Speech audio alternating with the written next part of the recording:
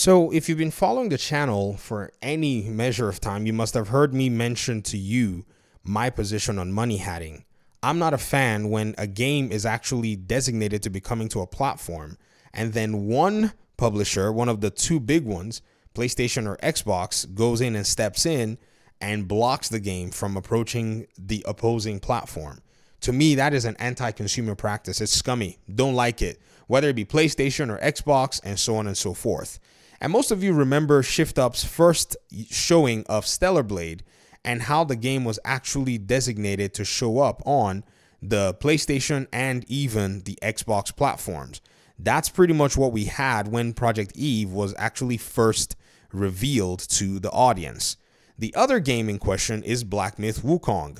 When Black Myth Wukong showed one of its first trailers, that trailer also did highlight that it was going to be coming to the Xbox as well. I mean, it says it right here on IGN, where it was a Game Awards trailer, and it showed that it was coming to, PlayStation 5, the Series X, the Steam Store, and Epic Games Store.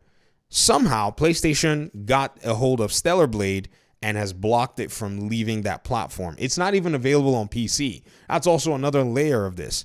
And then in the case of Black Myth Wukong, then there was all this talk. Apparently, the final conversation came out to the place where it was like, oh, actually, PlayStation kind of, supported them to prioritize the port in a sense. Now, I have to maintain similar energy levels. If Xbox is doing this, they also have to hear from me. And I've been looking at the Stalker story for a while and taking a look at this, and I made a video and I pointed out, hey man, Xbox is money hatting Stalker. And when I made that video and I pointed it out, some of you came in the comment section and said, hey man, you might want to look into this particular situation again, because apparently the Stalker developers offered up the exclusivity to Xbox. Now, I wasn't so sure because there's almost nothing that was pointing to it that I could find. And that's the problem, because the game is, in a sense, one of these games that's not big, that doesn't have a massive marketing budget. To find any information on it, you're going to be going back to like the Activision Blizzard acquisition that Xbox was trying to do, that revealed these in documents that it was going to be a 2-3 month exclusive. Then there's a post here on Steam that actually pointed out why somebody said something about them going with Microsoft for partnership. Apparently, there was a Facebook group where the developers were actually reaching out and talking with a lot of the supporters and the community. So this is where a lot of people got a lot of that information from. I'm just not aware of this Facebook group, so I'll probably try my best to see if I can find the Stalker, team's Facebook page and join so I can track these conversations. However, what's clued me into what exactly is going on is Jez's article that he literally just published today. This is the first time that we're getting, I think, what is more of a general, more public statement. So shout out to Jez Corden and even William D'Angelo, who linked it here in his article. His article was the one that came up on the search algorithm. I don't know what the heck, Google is smoking, but here we are.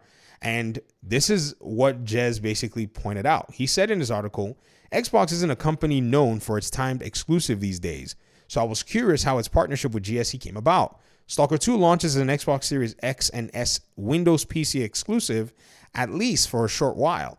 The partnership, it turns out, was the result of a quick Google search and a cold email to Xbox CEO Phil Spencer. And this is what the developer said. We actually started with zero contacts inside Microsoft. We started searching Google for an email for Phil Spencer, and we ended up finding it on some Reddit thread. It was an email that was essentially, we're GSE Game World. We're interested in bringing Stalker to console players. And we got a near instant response and a connection to the correct team. We've been working until now with Xbox team. We love them. We think they're very effective and very empathetic. Now, an email like this will probably make it seem crazy that Phil Spencer will respond to an email. But then when Gabe Newell was actually delivering the first set of Steam Decks, he actually did hand deliver them to the first people who had placed orders by himself. He mentioned something in that van that they were writing about. He's like, I read all my emails. I was like, what? So some of these cats, they will sit there and like literally listen to as much feedback or listen to people who are actually pointing out things to them from their community. Now, I'm sure, there'll be filters and all that stuff. But yeah, I mean, I wouldn't be surprised if Phil Spencer was literally just sitting there, just cranking out tons and tons of data, because this is something that a lot of these folk do, because a lot of the decisions require for them to be able to amass a bunch of information out there. So I think this is a very unique situation in itself. And those who pointed out to me that the developers may have offered up, the exclusivity, you may be onto something. Now, I haven't seen anything that provides me all of that in evidence, but these would have been within agreement. It could have been that Xbox said, hey, man, give us 2-3 months of exclusivity. And if they did, then, they're nasty for doing that. But here's another thing that really also gets me thinking, like, okay, why in the world is this a thing? Because if you want to apply as a developer to get access into bringing your game to console, there's a pipeline for it. Every kind of developer, every developer of every caliber already has their pipeline. Now, if you're a big publisher, you pick up a phone and you maybe make a call, but these calls don't need to be made anymore. They've already been established relationships between a lot of these companies. In fact, at this point, I'm sure if PlayStation is bringing out a PlayStation 6, they've already communicated with all their big partners. Hey, here's a PC specs that will probably run like a PS6. Go ahead and start building your games to see if it will run on there. And then when we get you the, dev kits, we'll just ship them out to you. I think those relationships are in order. So to join a PlayStation Partner Program, this is where they actually have you come on in, apply, and get working with, becoming a developer for PlayStation. There's a whole pathway for it.